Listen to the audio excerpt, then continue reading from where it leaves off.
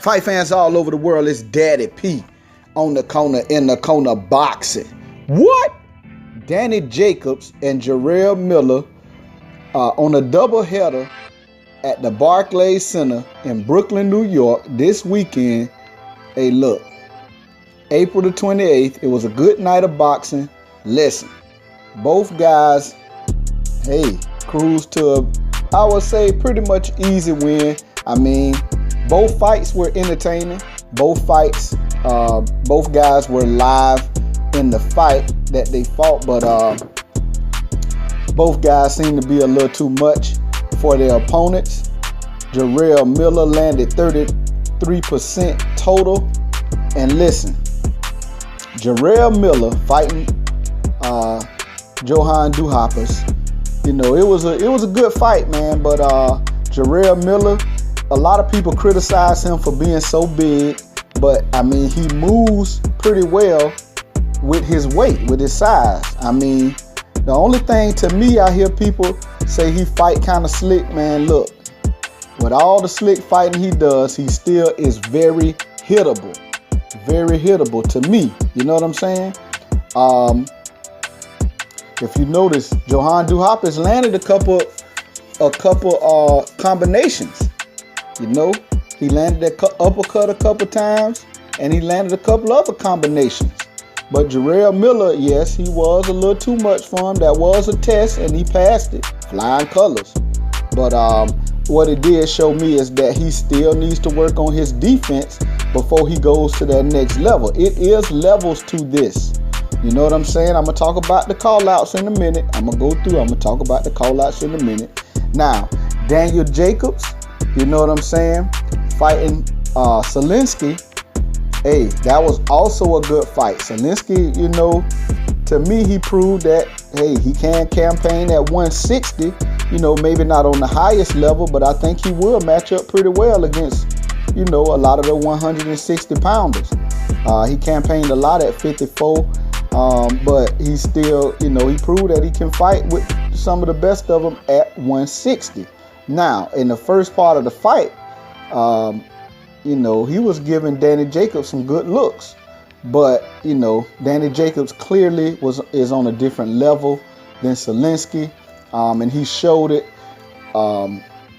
throughout the fight. You know, a lot of people I see some channels kind of complain about the wide scoring, but I mean, both these guys, Jarrell Miller and Danny Jacobs, pretty much set the tone for both fights. I mean, you probably could argue around here or there for some close rounds, but I mean, far as the fight being close, I mean, not to me. But, you know, hey, everybody's opinion, you know, entitled to their opinion.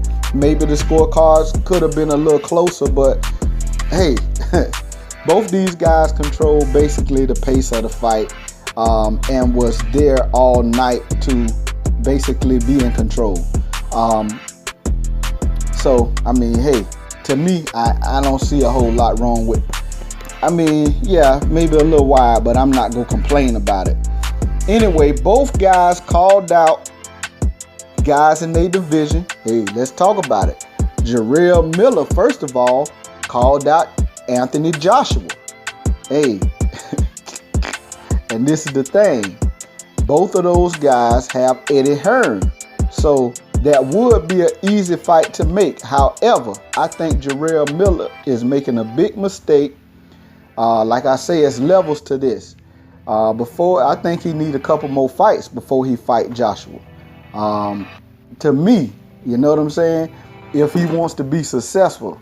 And I'm going to tell you this. It's levels to it. But for it to be a more competitive fight, I'll say that. I think he need a couple more training camps to work on his defense. You know, the big guy moves well. Some people say he should lose. Maybe if he lost, he could even move even better. But the guy moves well with his weight. The thing is, he tries to fight like a slick boxer, which in some cases, scenarios, he is slick. You know, he does move his head. This is the thing about him, though. He stays in firing range a little bit too long, and sometimes he takes some time off in the fight, you got to stay. When you're taking time off, you got to stay out of firing range. You know what I'm saying? If you're going to get in and get out, that's different. But, if you're going to stay in firing range, you got to be firing, and then that slick boxing will come into play. You know what I'm saying? But you can't just, when you get a little winded, a little tired, try to linger. A lot of time I think he tries to use his weight to press on the opponent. But when you do that, man, a lot of them guys just take a half a step or so back and shoot that uppercut up the middle, and man, look, successful. You know what I'm saying? And you cannot go on the highest level fighting like that. You get hit by Anthony Joshua lingering in that firing range. You know what I'm saying? Now, Deontay Wilder, it's just not going to work. So I think he should, somebody like a Brian Jennings, maybe even a Dylan White. You know what I'm saying? He might need to get in there before he think about going to the highest level, because, hey, like I say, it's levels to this. And Big Baby Miller, I'm just being honest, I don't think you on that level yet. Now, I think it could still be a pretty competitive fight, but not as competitive as it would be if Jarrell Miller would work on his defense and translating his offense to defense more smoothly. You know what I'm saying? You got to stay out of firing range, man, if you ain't going to be firing. You can't just be lingering. Anyway, Daniel Jacobs called out Jermall Charlo. He said, where you at, baby? So, I mean, pretty intriguing matchup. I think it'll be a pretty hard fight to make right now, just for the simple fact, you got two guys fighting on two different networks. But maybe it could be a good icebreaker for Eddie Hearn and Premier Boxing Champions and Al Heyman and those guys to start working things out. You know what I'm saying? That maybe it could be a good icebreaker, but also you got to work out the networks. Jacobs fight on HBO, Charlo fight on Showtime. Hey, maybe they could come to some type of agreement, and it could be a good icebreaker for bigger fights down the line. Hey, ain't no elephant in this room. Anthony Joshua, Deontay Wilder, that's what I'm talking about. Yes, bigger fights down the line. I think this could be a good icebreaker, but I don't know if it could be, even that could be made yet. Anyway, an easier fight to be made to me would be Daniel Jacobs and Billy Joe Saunders. I know that Frank Warren and Eddie Hearn have some little bad blood there. But, I mean, hey, both those guys fight on HBO, so that'll be a little easier. But anyway, both of the call-outs are very legit and very good, intriguing matchups. Not saying that I wouldn't like to see them. I'm just giving my little critique to let, just saying, Big Baby Miller, stay in your lane. Daniel Jacobs, hey, do your thing.